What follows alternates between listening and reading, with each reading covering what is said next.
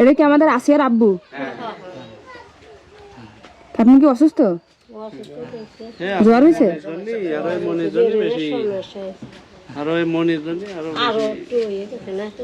উনি তো ঢাকায় ছিল মনে হয়। আমি শুক্রবারে আমি রাত্রে আচ্ছা, আপনি আসিয়ার কি হন? কাকা। আচ্ছা, ওনার সাথে কথা বলতেছি, ম্যাজিস্ট্রেটের সাথে? হ্যাঁ কথা বললি সেই সময় বলতেছে কি যে তুমি ভালো হয়ে রেখো, তাও কথা যে আমি যেটুক দেখেছি আমি সেইটুক বলতেছি।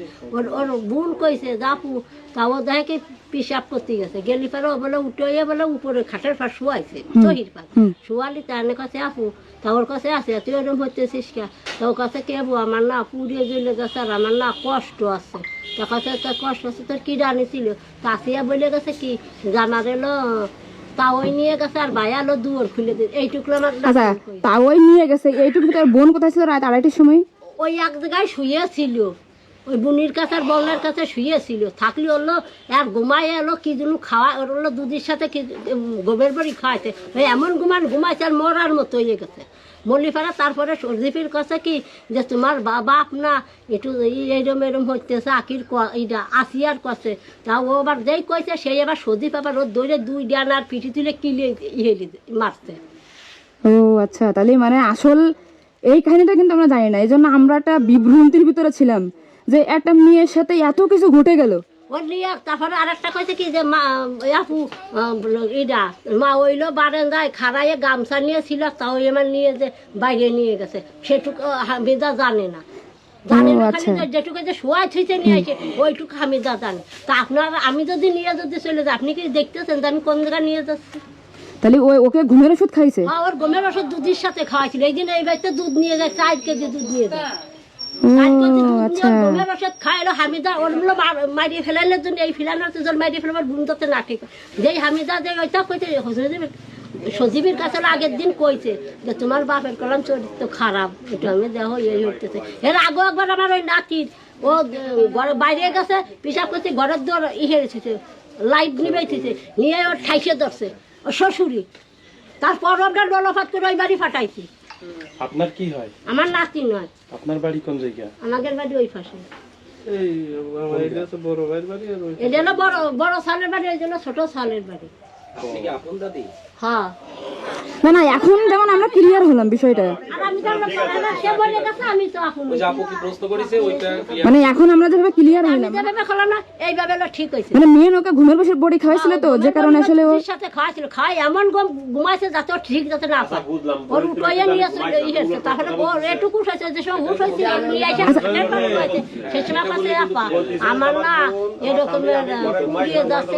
শ্বশুর আগেও এরকম করছে, ওই হয়েছে। তা আগে আমার কাছে কইছে আগে আগে যখন এমন করছে তা আপনারা বিয়ে হয়েছে কেবল 4 মাস। 2 মাস আমার নাতি হাসি খুশি গেছে, পরে না ওটা আমার নাতি যাচ্ছে দেয়নি কিসের জন্য, ওই কারণের জন্য যাচ্ছি চাইনি যে শ্বশুর তোমার আবার ওই জন্য ভয় পাইছে আমার নাতি। আর কইছে যে তুই যদি কইস এই কথা কারোর কাছে তোর করে একবার তোর বুনির জন্য মারছি তোরও মারবো, এ কথা কইছে সজি ফিরবা।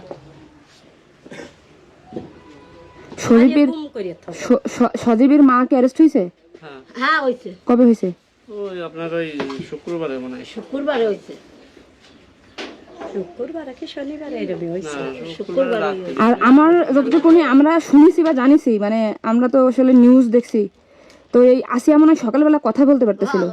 4টে কথা আমার নাতির কয়ে গেছে, যে 4টে কথা বললাম আমি, এই যে এইটুক কইছে। তো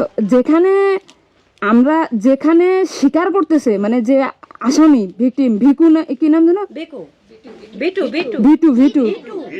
ভিটু যেখানে স্বীকার করতেছে যে আমি ধর্ষণ করেছি, ওর মা আর স্বামী আর শ্বশুর এই 3 জনের কথা আমি শুনছি। আর বাসুর ছিল না কি ছিল না মা, এটা তো আর আমি জানি না, আর ও দেখিনি যে আমার বাসুর ছিল না। খালি আমার নাতিন ওই কথা 4টে কথা কই আমার নাতিন সেই সময় 4 বছর আর কোনো সেই সময় ওরা হাসপাতালে এসে নিয়ে যায়, নিয়ে গেলে পরে যে পলাই ওর মা পলাই যায় থাকবি তো যে বুঝবি তো যে বুড়ে কি যে কি হয়েছে আমরা এটা দেখি তা না, সেই সময় পলাই তোর মা। তো এই পরিবারের প্রত্যেকটা লোক জানে মানে ওদের পরিবারের, মানে ওই বাড়ি যারা ছিল। মানে ওদের ওই মানে ফ্যামিলিতে 4 জন থাকলে 4 জনই যাবে। 4 জন 5 জন আছে, ওর দাদির সঙ্গে আছে। না দাদি ছাড়ি ভালো মানুষ, ওনার দই দেওয়া যাবে না। ও সে একা করে কয় আমার সালে ফাঁসি। না না, কেন বলতেছি, উনাকে দেখে আমার খুব মায়া লেগেছে। এটা না উনি মানে উনি আসলে খুব, সেও বাড়ি থাকে না, ওই তো আমার মায়ের বাড়ি সালের বাড়িতে ওদের পাশে থাকি, তাও থাকে না। একটা বৃদ্ধ মা তার ছেলের নামে এমন কিছু, মানে তার খুবই কষ্ট। কারণ আমি দেখছি, আমি গেছিলাম তো, উনাকে দেখে খুব মায়া লাগছে। আমি ওইখানে গেছিলাম। বাপ তো জানে আরে গালাগালি পারে, যেমন নাতিন কাজে বুড়ে ওই না দাদি বাড়ি সাউরি দেখতে পারে না, যা টাকায় আলাদা চাইল নিয়ে বাংশির বাড়ি নিয়ে লাইন দেখাইছে। বলেন আর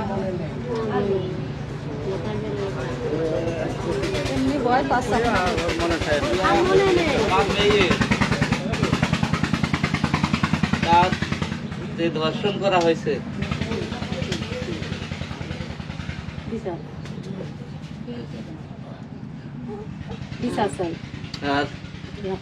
তার বিচার চাই। আর